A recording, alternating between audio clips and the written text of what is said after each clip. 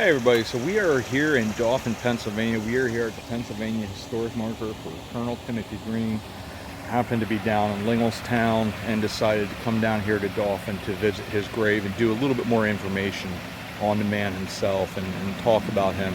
I just did a lecture speech, or whatever you want to call it, about the Hanover Resolves, which is, he was the main proponent for that and is actually the chairman of the board. It was the first airing of grievances, if you will, in the nation at that stage before the Declaration of Independence, about 2 years earlier, a little over 2 years earlier, on June 4th of 1774. So just celebrated the 250th anniversary. So let's flip this around and read the historic marker. Colonel Timothy Green. In the graveyard to the south rests Timothy Green, officer in the French and Indian War and signer of the Hanover Independence Resolves in June 1774, an outstanding leader of this region in the Revolution. So let's go over to the graveyard and visit his grave. Talk a little bit more about this important man. So we are here, and there's Chuck, here at Dauphin Cemetery now. We're going to try to find Timothy Green's grave.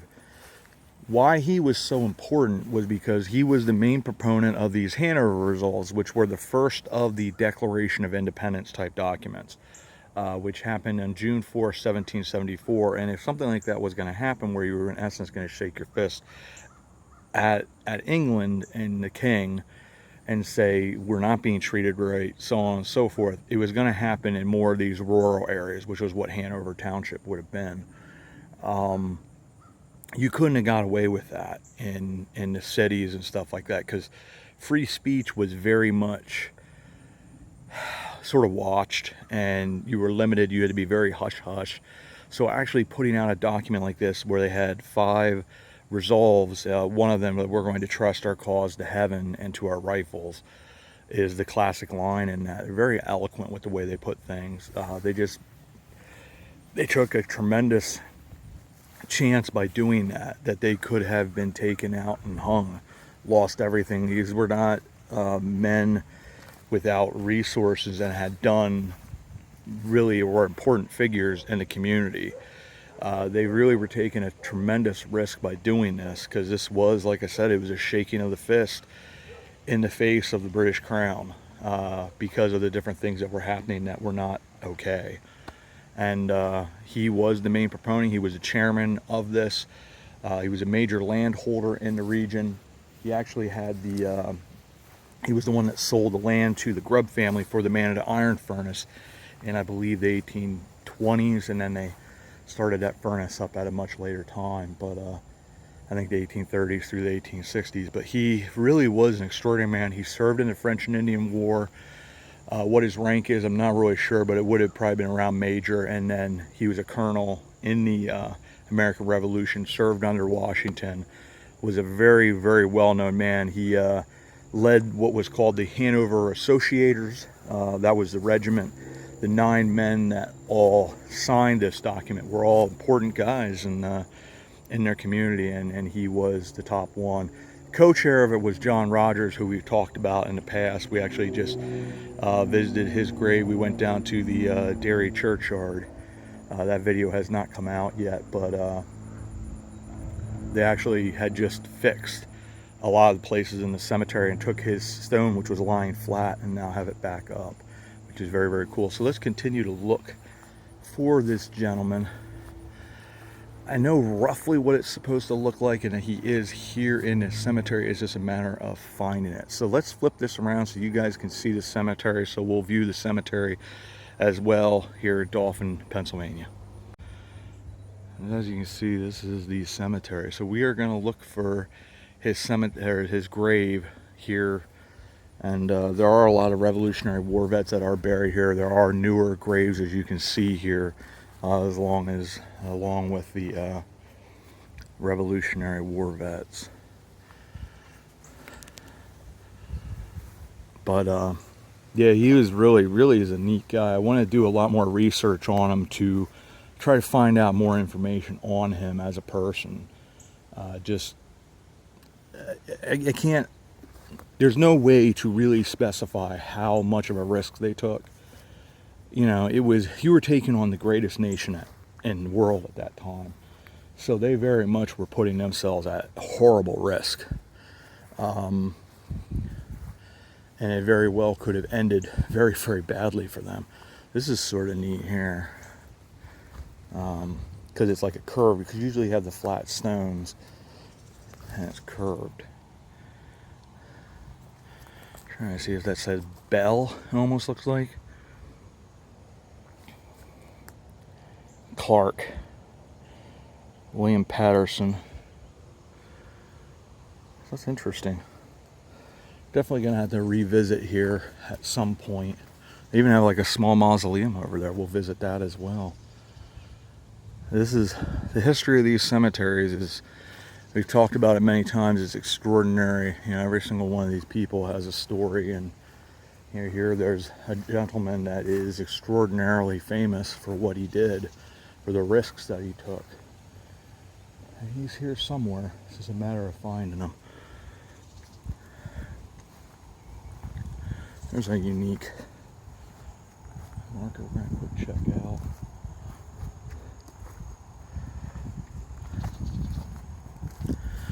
Not quite sure what that is.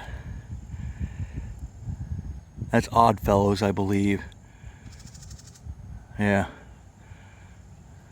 That's pretty cool. Elwood. That's the first time I've ever seen something like that. Grand Army of the Republic, that's Civil War. I know it is very clearly marked. It's just a matter of finding it.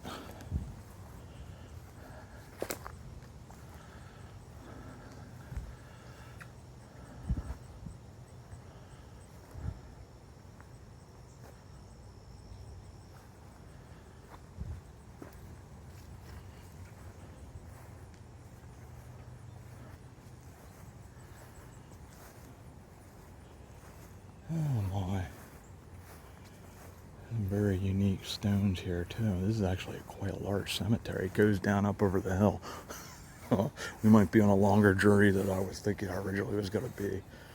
We'll hit the top part here and then we'll go down through. A lot of that stuff looks newer. So I highly doubt that that's what we're looking for down there. It would probably be in this upper section. We'll find it. But I had sort of stayed away from, when I did the original Timothy Green, I did the short first. I'd sort of stayed away from trying to handle the cemetery because at that time it was a lot harder for me to go around. Not that it's a whole lot easier now, but the flies and the gnats are out today.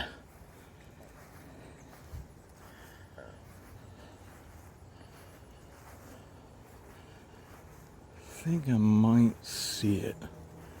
We're gonna check out. Oh, here we are. Yeah, right here we are. This is it. We'll check out the mausoleum. Like I said, we're gonna go around this older part of the cemetery just to check out some of this. So that looks like it's a Gross or Gross, Gross. It's always interesting to check them out because right over there is Timothy Green. I think there's a couple of these Oddfellows.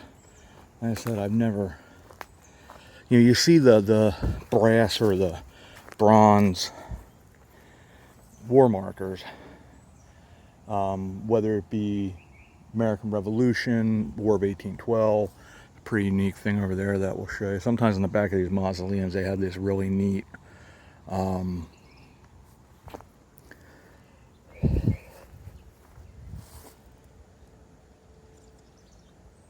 wow.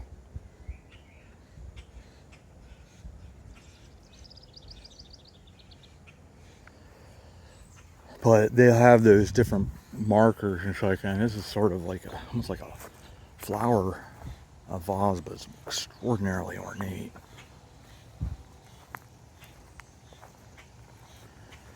Just want to show you, this is very, very stunning. One of those unique things that you'll see here in the cemeteries. But anyways, you you'll see those different brass things of for the different wars, World War I, World War II, and so on. But the Oddfellow ones, I've never seen that. That's just, wow. And you see like the marble in there. Louis Nagel Gross, Clarissa Schaefer King. That one looks like that. Wow, that was 2022. It's still just sort of, there's one more left there. Looks like Eunice Gertrude Gross. Wow. And it's just really, really interesting and intriguing. But here we have the man, I believe this is it. Oh, nope, it's not. We didn't find her thing. Still pretty neat though. Erected by the Commonwealth of Pennsylvania and the Harrisburg chapter of the Daughters of the American Revolution. This tablet is in commemoration of soldiers interred in the Dauphin Cemetery, Dauphin County, Pennsylvania, and who served in the armed forces of the Revolutionary War, and is dedicated to their valor, patriotism, and fidelity. So we have an answer right here. Colonel Timothy Green, 1735 to 1812. Lieutenant Colonel John Murray, 1730 to 1798. Captain James Murray, 1729 to 1804. Captain John Reed, also the French and Indian Wars. He passed in 1789. Sergeant William Johnston, 1736 to 1823. John Ayres, 1752 to 1825. William Ayres, 1720 to 1785. Christy Eversole, 1755 to 1835. James Bell, 1750 to 1821. Samuel Cochran, 1732 to 1816. Isaac Gaiman, 1757 to 1819. John McCord, 1762 to 1814. Robert McCord, 1737 to 1813. Ludwig Minsker, 1761 to 1815. James Reed, 1753 to 1822. James Wilson, 1751 to 1818. And Philip Kinter, 1752 to 1829. So we're still looking. I thought at first I was like, oh, that might be him. Nope. He's definitely here though. That confirms it. Now we have to just find him. So we'll continue on our journey here.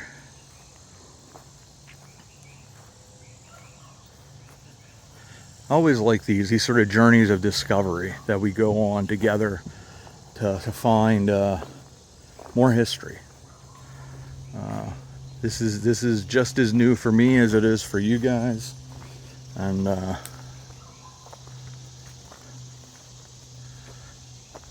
really is intriguing. I'm really hoping we're able to find him. I'm assuming, like I said, once again, he's in this upper section because this is where the church would have been. No, I mean, I think from the pictures that I saw, it's pretty distinguishable. Obviously, we'll have a Revolutionary War, the badge, and all that. Question is, where exactly? Another one of the Oddfellows. That's pretty. Probably has something to do with like a local chapter that they really take care of, making sure that their former members are marked. It's just a matter of finding them.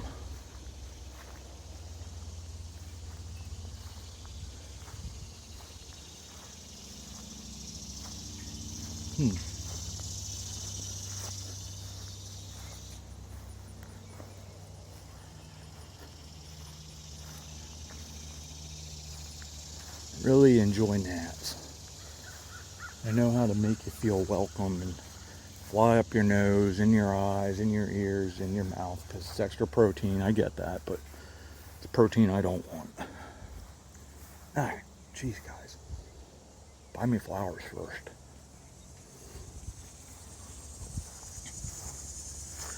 It is sort of sad to see some of these cemeteries are sort of in pretty serious disrepair when you have stones falling off and stuff like that. One of the things I really enjoy looking at is the cemeteries where they actually repair a lot of these different cemeteries, and you know, they put these blocks back up, level them and all that. cool to see that, where they're respecting our ancestors and taking care of them. There's another one of these sort of unique stones, Hummel.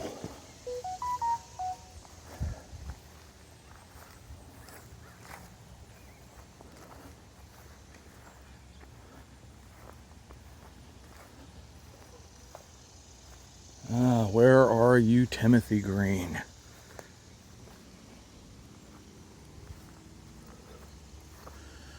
Maybe this is it. A whole slew of flags here. Thought there was an actual marker with it though.